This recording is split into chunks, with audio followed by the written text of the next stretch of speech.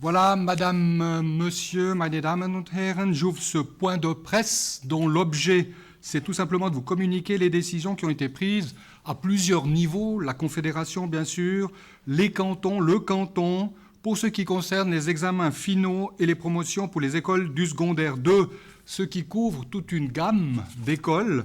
Il y a bien sûr les collèges, mais également écoles de commerce, écoles de culture générale, ainsi ce que nous appelons la passerelle d'OUPS.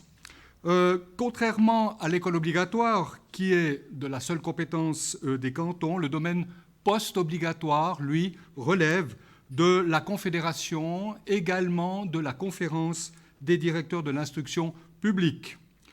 Compte tenu de la situation d'urgence qui prévaut, comme vous le savez, les conditions de reconnaissance des certificats de maturité gymnasiale délivrés en 2020 sont réglées par ordonnance d'urgence du Conseil fédéral. Et le Conseil fédéral, c'était sa communication du milieu de la semaine passée, a donc décidé de laisser au canton, selon sa situation, selon les circonstances et les conditions cadres qu'il apprécie lui-même, que ce soit organisationnel ou pédagogique, donc la possibilité ou non de maintenir l'organisation des examens écrits.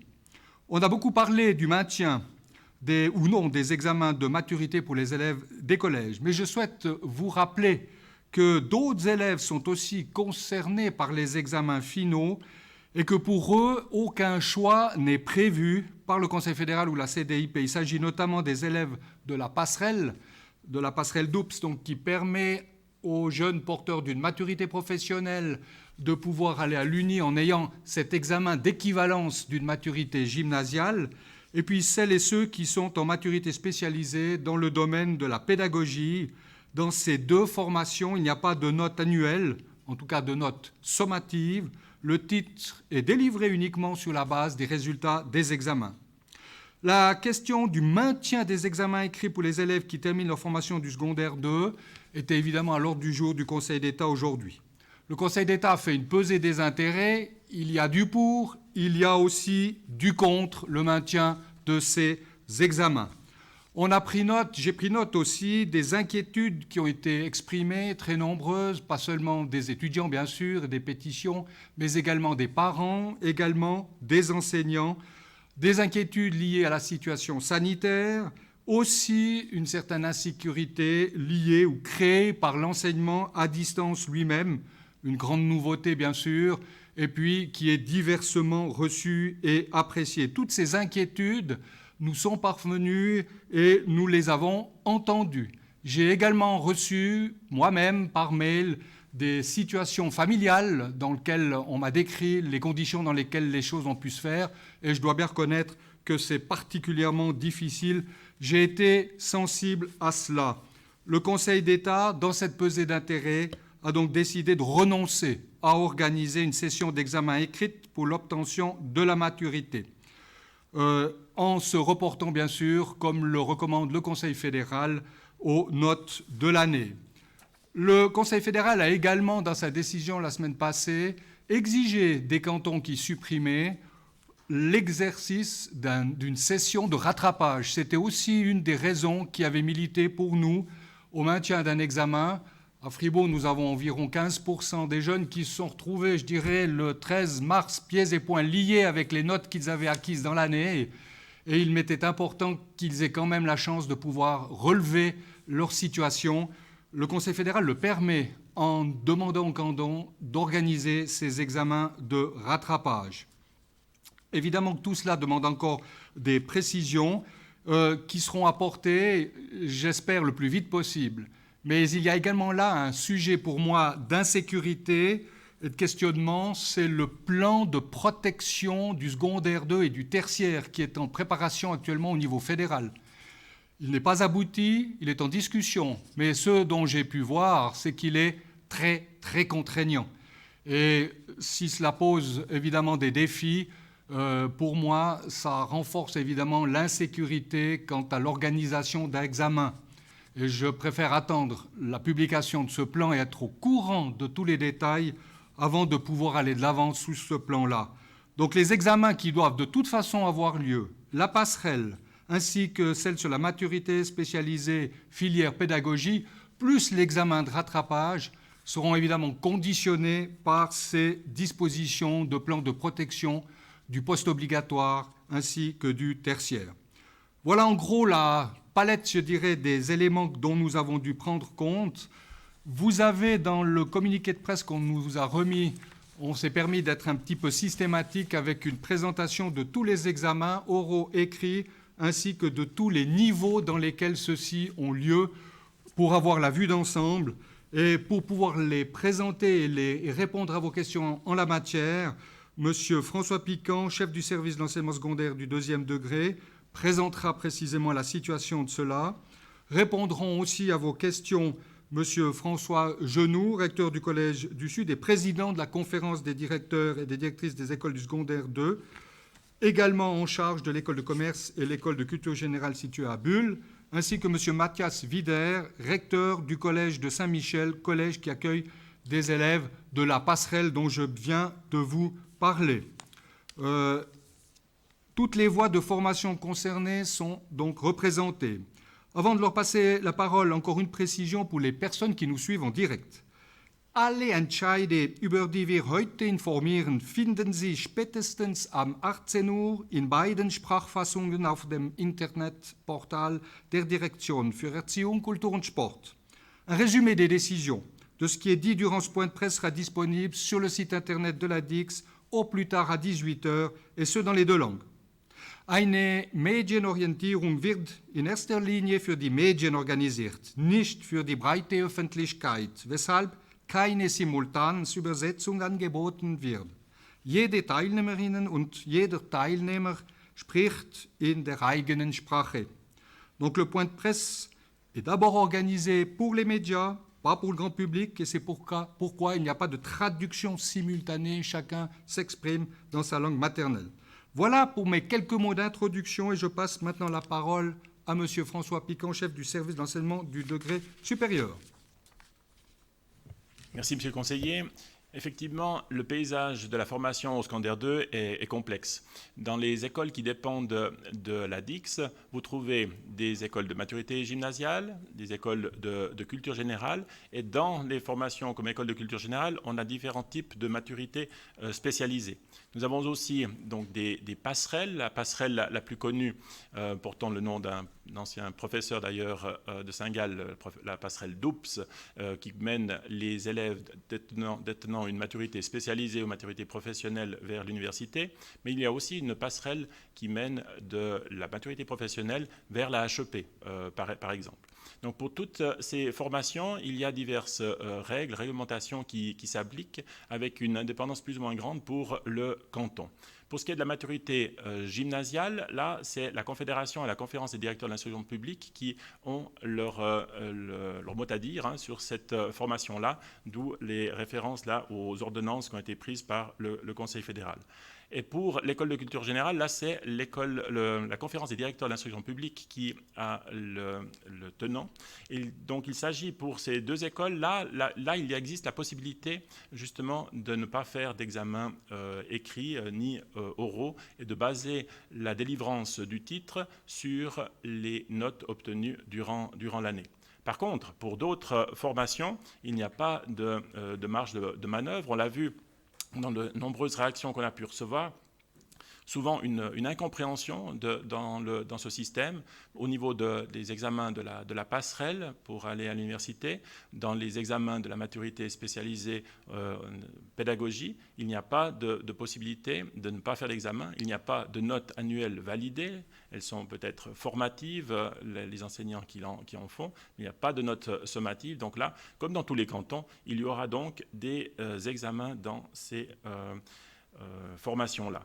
Le tableau vous permet de voir le tout. Peut-être un mot sur les autres maturités spécialisées. Là, j'ai parlé de la pédagogie. Il y a aussi la maturité spécialisée santé. Là, il y a différents modules qui sont organisés par la Haute École de Santé. Ces modules seront validés comme d'habitude. Et pour la maturité de travail social, là, il s'agit à la fois d'un travail de maturité spécialisé et d'une validation des stages. Là, ce sera une validation qui se fera selon des règles qui seront communiquées et qui permettront de délivrer les titres cette année, même s'il y a eu divers problèmes pour suivre peut-être certains stages. Donc là, on a des situations qui sont évidemment assez variées, mais je crois que le tableau permet de vous montrer la situation. Donc pour l'essentiel, c'est qu'il n'y aura pas d'examen de maturité, pas d'examen de certificat de maturité gymnasiale, pas d'examen de certificat d'école de culture générale, mais des titres délivrés sur la base des notes obtenues durant l'année. Voilà. Merci. Monsieur le recteur François Genoux et monsieur Mathias Willer sont à disposition pour des questions. Est-ce que vous souhaitiez prendre la parole? A priori, si vous le souhaitez, vous pouvez le faire sans problème. Sinon, on répond volontiers à vos questions. J'aimerais encore dire en termes de chiffres de mon côté que la passerelle, ça représente, mais monsieur Piquant me corrigera, environ 8 ans de jeunes. La maturité spécialisée, filière, pédagogie, c'est combien? 120 jeunes. Et puis l'examen de rattrapage dont je parlais au début, ça va concerner à peu près 70 jeunes, c'est nos 15% que j'avais mentionné. Donc on se retrouve pratiquement à 370, 400 jeunes pour lesquels nous avons organisé maintenant les examens comme ils sont définis au niveau fédéral. Voilà pour peut-être encore ces éléments chiffrés qui permettent de voir un peu la dimension que cela signifie. À qui puis-je passer la parole? Monsieur Henny. Si on est déjà pour les chiffres, maturité, combien de personnes en principe auraient été touchées? Monsieur Piquant peut peut-être donner le chiffre exact. Voilà, donc environ 800 candidats pour la maturité gymnasiale, en fait, auraient dû passer des examens. Et là, sur ces 800, ça fait environ 15% qui actuellement en fait, ne remplissent pas les conditions.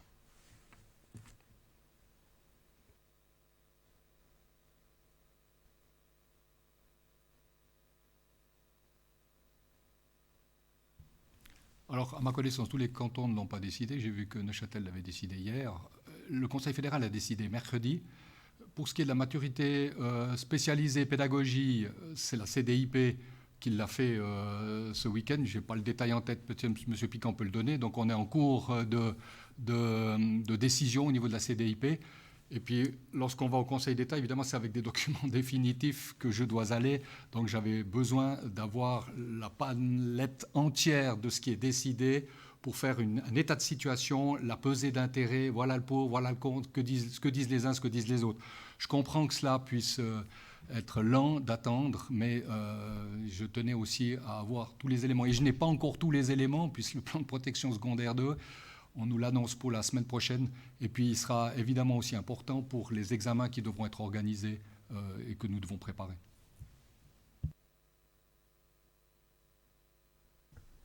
Eine Frage von Radio Freiburg. Gilt der Bonus von 0,5 auch für die Maturanden im Abschlussjahr?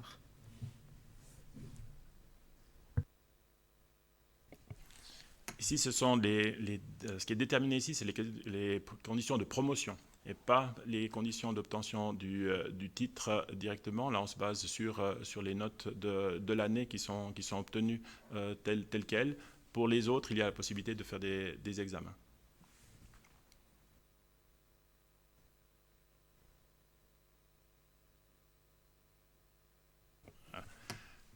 Ce ne seront pas les notes du premier semestre, c'est les notes obtenues jusqu'à la fin de l'année scolaire.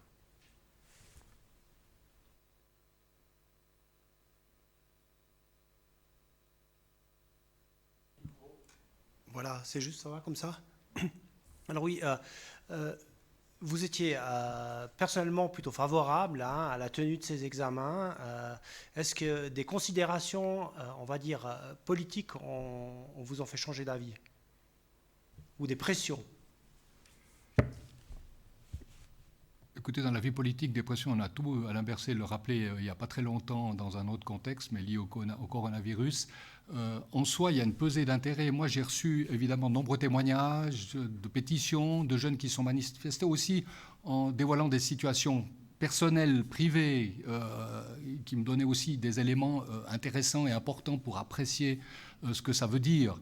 Le canton, plutôt la direction, était évidemment sensible aussi à sa capacité de réaliser un examen, compte tenu de la situation sanitaire notamment. Et pour cela, on pouvait répondre tout à fait positivement.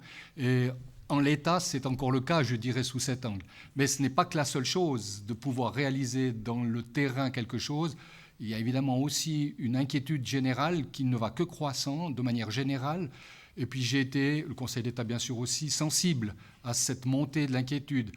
Alors elle n'est peut-être pas ou difficilement que localisable dans le domaine du secondaire 2. Il y a aussi la reprise de toute l'école obligatoire la semaine prochaine, pour lequel on reçoit aussi beaucoup d'inquiétudes de parents qui ne veulent même pas envoyer leurs enfants petits, sachant qu'il y a très peu de risques.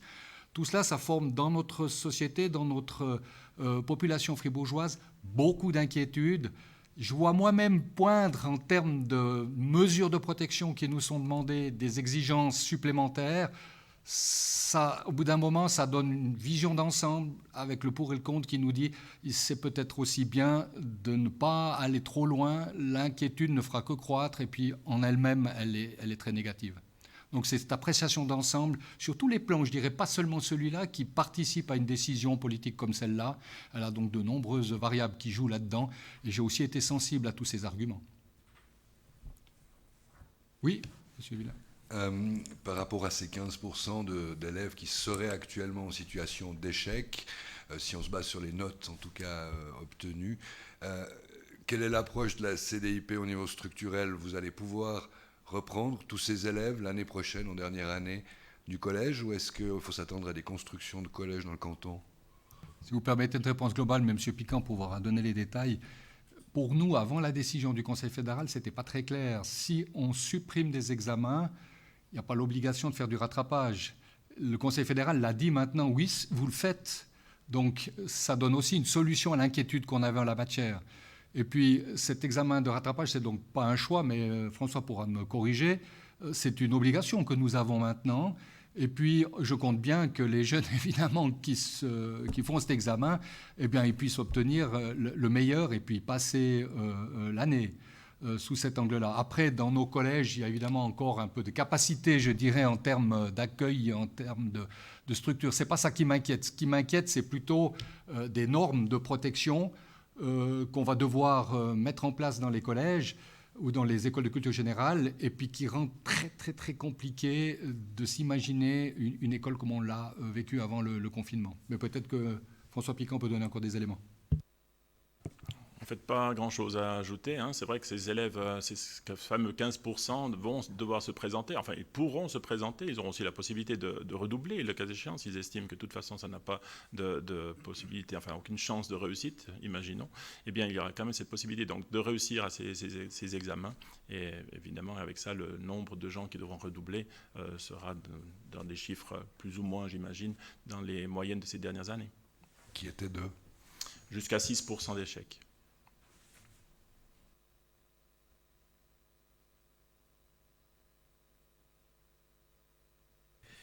In dieser Interessenabwägung, wie Sie es gesagt haben, welche Rolle spielten die Entscheide anderer Kantone? Ich glaube, gestern gab es auch noch eine Erziehungsdirektorenkonferenz. Und zweiter Teil der Frage, können Sie einen Überblick geben, welche Kantone machen die Prüfung oder wie viele und wie viele machen die Prüfung nicht für die schriftliche Maturität? Vielleicht kann ich einige Informationen geben. Stand heute ist nicht ganz sicher, was ich für Informationen bekommen habe. Gibt es 14 Kantone, die Prüfung organisieren und eben dann 11, die keine Prüfung machen. Das sind dann die Mehrheit der Kantone, die Prüfungen organisiert. Aber wenn man die Anzahl Schüler anschaut, dann gibt es mehr Schüler, die keine Prüfung haben, weil größere Kantone wie Waadt, Bern, Zürich keine Prüfung machen.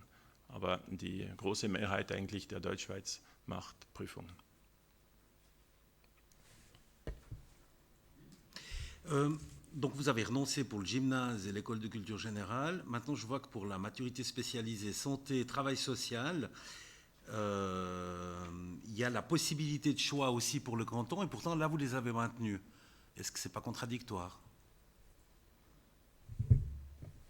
Oui, c'est un schéma qui schématise. Donc, évidemment, avec ça, il y a un manque de précision. Au niveau des maturités spécialisées, la maturité spécialisée de santé, en fait, est donnée par notamment des cours, des stages qui sont suivis par la Haute École de travail, la Haute École de santé. Il y a des modules où il y a des examens. Et cette formation est organisée aussi, divisée, en fait, la volée est divisée à divers modules qui sont suivis durant le cours de l'année. Certains ont déjà terminé ces modules où à la fin, il y a ce qu'on peut appeler un examen, un test à la fin de ces modules. Donc, les tests à la fin des différents modules auront lieu. Et comme ça, on a une égalité aussi de traitement pour tous ces élèves-là. Pour la marge de manœuvre pour le canton, elle est aussi dans la validation des stages. Et c'est là-dessus qu'on a en fait une possibilité de mettre des règles par rapport à la validation de ces stages. Et donc on pourra valider les stages de cette année de façon à délivrer les titres. C'est surtout le cas pour la maturité spécialisée travail social.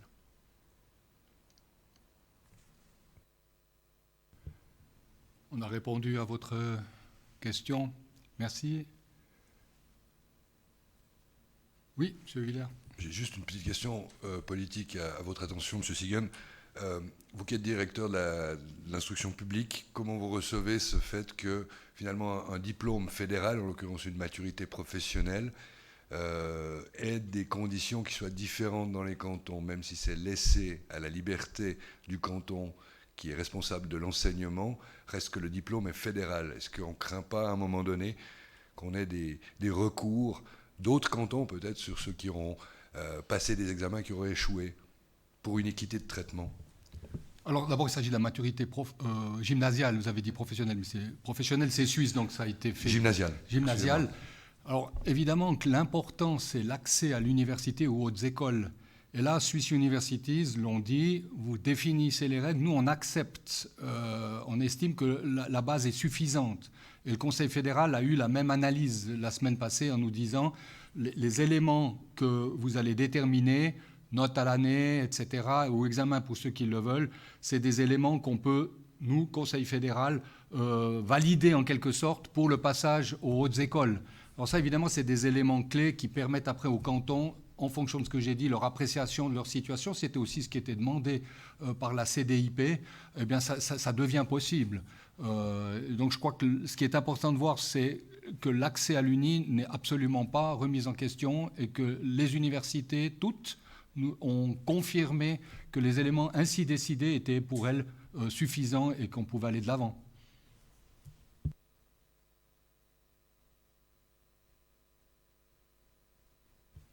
Voilà, est-ce qu'il y a encore une question? Sinon, bien entendu, nous sommes à disposition pour des interviews, pour répondre. S'il n'y a pas d'intervention par WhatsApp non plus, je vous remercie pour votre attention, pour votre présence ici. Nous sommes à disposition et je vous souhaite une très belle fin de journée. Merci à vous.